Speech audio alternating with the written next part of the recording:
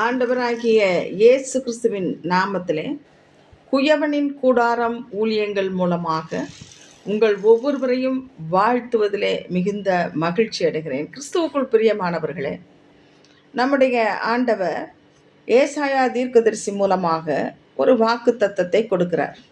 ஏசாயா 43:19 வசனம், இதோ நான் புதிய காரியத்தை செய்கிறேன், இப்பொழுதே அது தோன்றும், நீங்கள் அதை அறியீர்களா? நான் வனாந்திரத்திலே வழியையும் அவாந்திர வழியிலே ஆறுகளையும் உண்டாக்குவேன். அது மட்டுமல்ல, அடுத்த வசனம் சொல்லுகிறது, நான் தெரிந்து கொண்ட ஜனத்தின் தாகத்தை வனாந்திரத்திலே தண்ணீர்களையும் அவாந்திர வழியிலே ஆறுகளையும் உண்டாக்குவதனாலே காட்டு மிருகங்களும் வலு சர்ப்பங்களும் கோட்டான்களும் குஞ்சுகளும் என்னை கனம் பண்ணும் என்று சொல்லுவதை பார்க்கிறோம். இன்றைக்கு நாம் ஒவ்வொருவருக்கும் ஒரு புதிய காரியத்தை அவர் செய்ய போகிறார். அந்த புதிய காரியம் என்ன? நம்மளுடைய வாழ்க்கையில் வனாந்திரம் போன்ற வழியிலே நாம் நடந்து திரியும் போது அந்த வனாந்திரத்திலே ஒரு வழி ஏற்பட வேண்டும். ஒரு வழி, வனாந்திரம் வழியாக நாம் போகிறோம் என்றால் அங்கே வழி இல்லை. ஒரு வழியை நாம் ஆண்டவர் உண்டாக்கி கொடுக்கும்போது அந்த வழியாக நாம் நடந்து வருவோம், கடந்து வருவோம். நம்ம வந்துட்டு அந்த வழியை அடைச்சி வச்சிருவோமா? அல்லது தண்ணீர் இல்லாது அவாந்திர வழியிலே நாம் போகும்போது அங்கே ஒரு தண்ணீரை போன்ற ஒரு சுரந்து வருகிற ஆசீர்வாதத்தை அவர் கொடுக்கும்போது நாம் அதை பெற்றுக்கொண்டு அதை மூடிவிட்டு வருவோமா? இல்லை. நம்ம அப்படியே விட்டு வருவதன் நிமித்தம் பின்னாடி வர கோட்டான்களும் குஞ்சுகளும் வலு சர்ப்பங்களும் குடித்து என்னை கனம் பண்ணும். அப்படி என்றால் என்ன? நமக்கு கொடுக்குற ஆசீர்வாதம், அதை நம்ம அநேக ஏழை எளியவர்களுக்கெல்லாம் நம்ம அந்த ஆசீர்வாதத்தை பகிர்ந்து கொடுப்போம். அதன் நிமித்தம் அவர்களும் ஆண்டவரை கனப்படுத்துவார்கள் என்று சொல்லி நாம் இங்கே பார்க்கிறோம். இந்த வசனம் நம்ம அடிக்கடி நாம் கேட்டது, தியானித்தது தான். ஆனால் இதில் ஒரு ரகசியத்தை உங்களுக்கு சொல்ல விரும்புகிறேன். இந்த காரியத்தை சொல்வதற்கு முன்பாக 18வது வசனம் சொல்லுகிறார், நீங்கள் முந்தினவைகளை நினைக்க வேண்டாம், பூர்வமானவைகளை சிந்திக்க வேண்டாம். அப்போ நீங்கள் ஒரு சுய பலத்தை, நீங்கள் சுய முயற்சி எதையும் நீங்கள் நம்பாதீங்க. முந்தின எல்லாம் நஷ்டம், பல காரியத்தெல்லாம் மறந்துருங்கன்றார். ஆனால் விசேஷித்த விதமாக 17வது வசனம் என்ன சொல்லுகிறது பாருங்க. அந்த 43:17, ரதங்களையும் குதிரைகளையும் இராணுவங்களையும் பராக்கிரமசாலிகளையும் புறப்பட பண்ணி அவைகளை எழுந்திருக்காதபடி ஒருமித்து விழுந்து அவைகளை அணைந்து போக பண்ணுகிற கர்த்தர் சொல்லுகிறதாவது என்று சொல்லுகிறார். இந்த வார்த்தையை யார் சொல்லுகிறார்?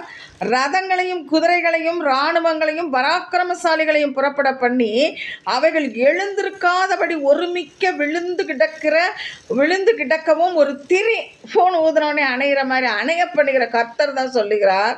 நீ முந்தினவைகளை நினைக்காத, பூர்வமானவைகளை சிந்திக்காத, நான் புதிய காரியத்தை செய்ய போகிறேன்ற. இப்போ நம்ம கர்த்தருக்கு எவ்வளவு பெரியவர் நீங்கள் யோசிச்சு பாருங்கள். அன்று இஸ்ரவேல் ஜனங்கள் வனாந்திரத்தில் எகிப்தியருக்கு தப்பித்து கொண்டு ஓடி வர்றாங்க. அங்கே பெரிய செங்கடல். இந்த பக்கம் திரும்பி பார்த்தா எகிப்தியன் பார்வோன் படை திரண்டு வந்துக்கிட்டு இருக்கிறான். முன்னாடி செங்கடல். அங்கே மோசே மூலமாக செங்கடலை பிரிக்கிறார். அது ஒரு பெரிய அதிசயம். இப்போ நீங்கள் நல்லா பாருங்கள், இந்த ஜனங்களுக்கு சண்டை போட தெரியாது. ஆடு மேய்க்கிறவர்கள், செங்கல் அறுப்பவர்கள், அவர்கள்ட்ட இருந்தது ஒரு கோல். அவங்க சட்டி முட்டி எல்லாத்தையும் தூக்கிட்டு வந்துட்டு இருக்காங்க.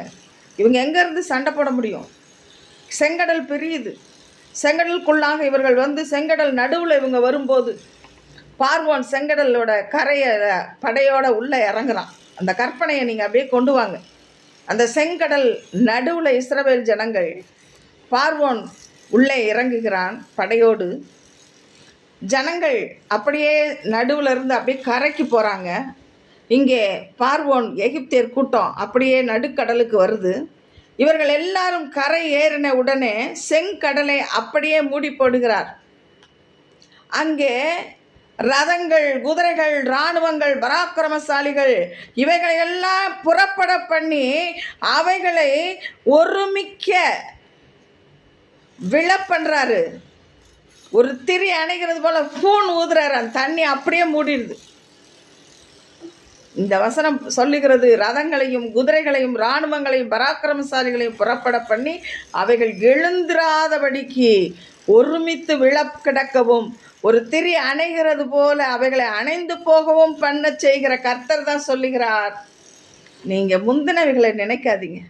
உங்கள் வாழ்க்கையில் நீங்கள் இழந்து போன பல காரியங்கள், சோர்வுக்கு உண்டாகிற எந்த காரியத்தை நினைக்காதீங்க. இன்னைக்கு ஆண்டவர் சொல்லுகிறார், நான் புதிய காரியத்தை செய்ய போகிறேன், அது இப்பொழுதே தோன்றும். நான் வனாந்திரத்தில் வழியையும் அவாந்திர வழியில் ஆறுகளையும் உண்டாக்க போகிறேன்னு சொல்கிறார். அந்த சர்வ வல்லமையில தேவனை நோக்கி பார்ப்போம். புதிய காரியத்தை செய்கிறவர். ஹல்லேலூயா.